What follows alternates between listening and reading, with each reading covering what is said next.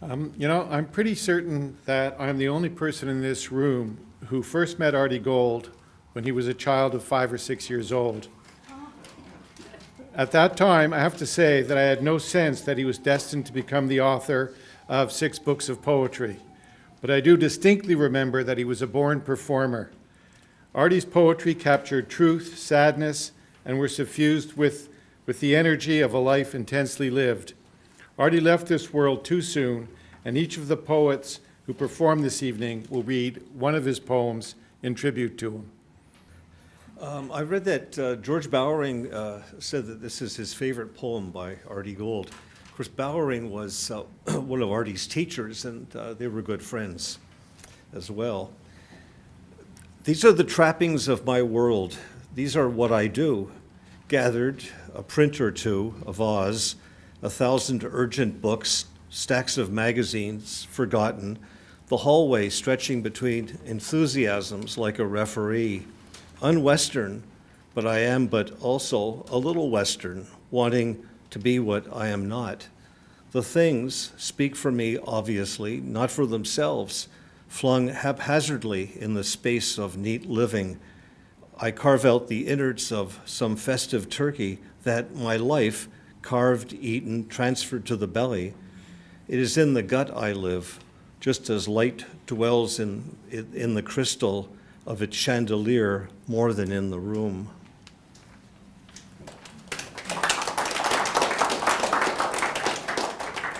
I have an amulet from Artie here. It's a bottle cap, and it has almost my name on it. It's it's clap instead of lap.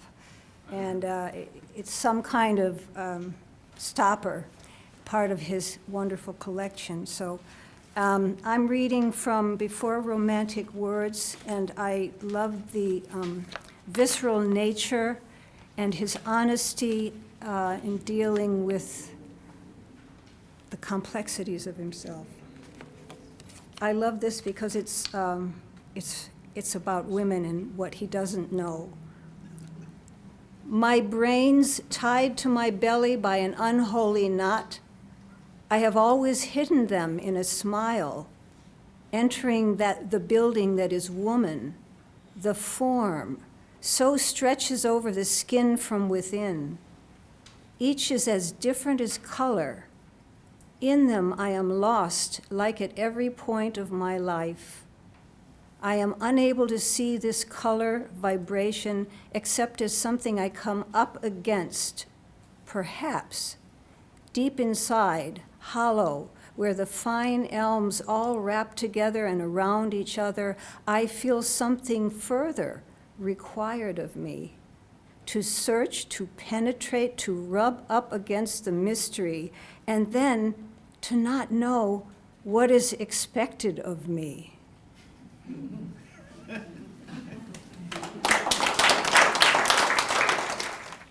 I chose a very short poem by Artie, and those of us who know him are very familiar with this particular poem. It's a 6-line poem. It's got a punchline, which is very much Artie, to have a punchline at the end of the poem. But what I realized after a while, I love the simplicity of this poem. There's no word that is longer than 2 syllables in this poem, except for one word. And that word, which is a poem, I guess, what I'm trying to say, and that word is a 7-syllable word. So I have to tell you what that word is before I read it. It's the word inevitability. And to me, that says a lot about Artie. I don't know about you guys. So how did that word work itself into this very simple, short, direct, punchline ending poem? It's flipped. No? Yes. No. Okay. No. Okay. It's untitled, it's from his collected. I'll read it like this, okay. No. Artie's playing with me here, I know. I know he is, yeah. Okay, I'll read it sideways. How's that, Artie? I have been thinking a great deal about my bike that will be stolen. I don't like things whose inevitability works against me.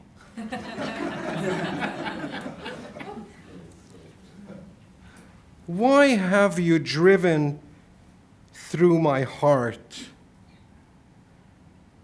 Make that what? Thank you. Inevitability, that's an interesting word. 7 syllables? Okay. Well, cats were inevitable in Artie's life and his surroundings. And a very small book that he did, very modest, was called, for Cross Country Press, was called Some of the Cat Poems.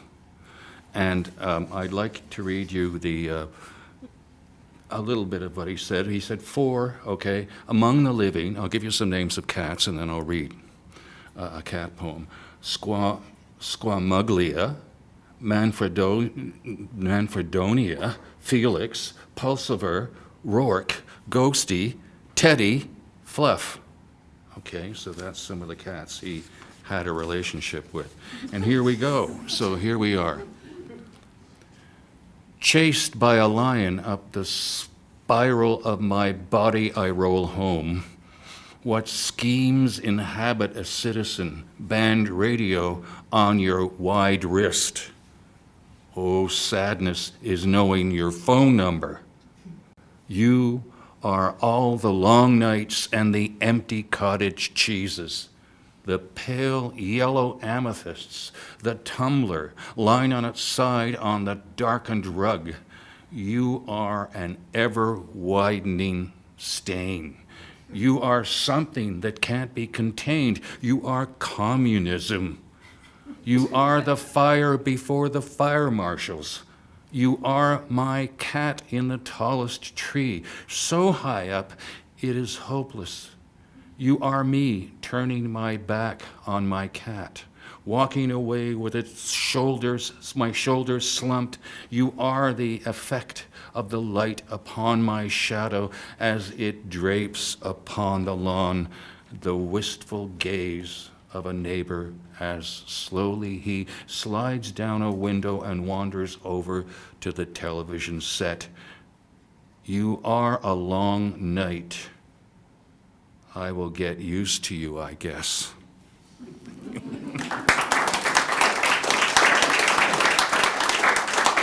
I was living in St. Anne's. He came out early, around 10 o'clock in the morning. That for him was very early. And I had a class until 12, and I said, I will come back and pick you up at 12, and we'll go over to the class. I came back, Artie was gone. But he left me a poem. And so this is the poem I found.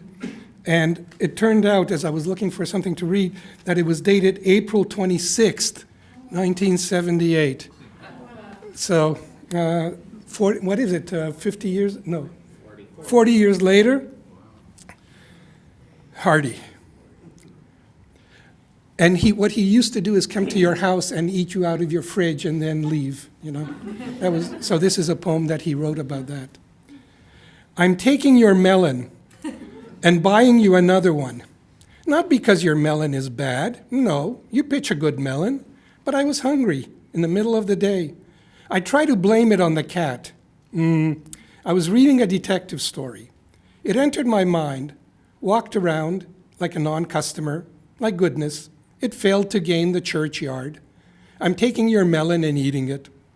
With spoons, your garbage bag and my finger. My fingers are taking your melon. I had a good alibi, but discarded it. Because of the sun, the cat got up and thought, his melon is a mouse. It must be mine. I didn't know if cats ate the seeds or not, and to be wrong was to be caught. I walked, I walked 3 miles down the main street of your town, like an 8-day watch in Europe, without a plane ticket home.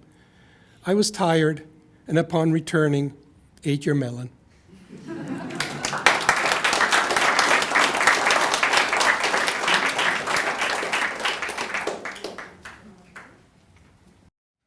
Alice B. Toklas. Al Ice B to class. Al is B to class. Alas, B toe. Class B class. B class Al Is B toe. class B. To Cal B list class B class toe. B cal to whisk lasses B toe.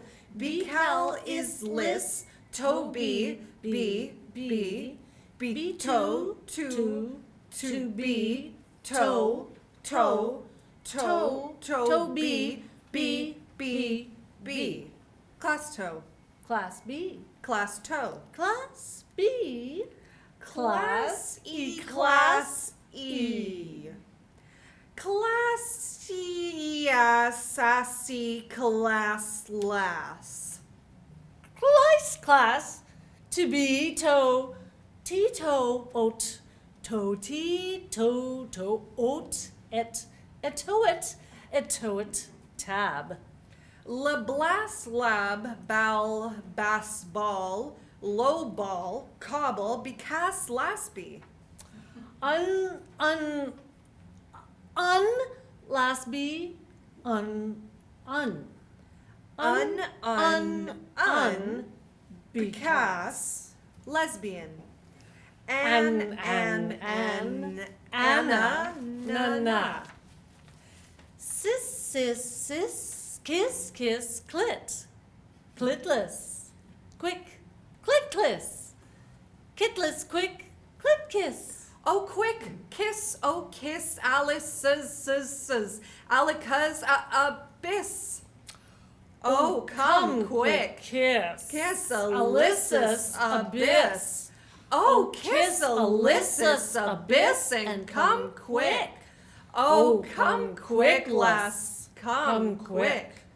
Be quick in kissing Alyssus big clit. Kiss Alyssus big clit, so Alyssa'll talk less. Oh, come be quick and kiss old Alice be talk less and come and kiss. Alice B. Tokless.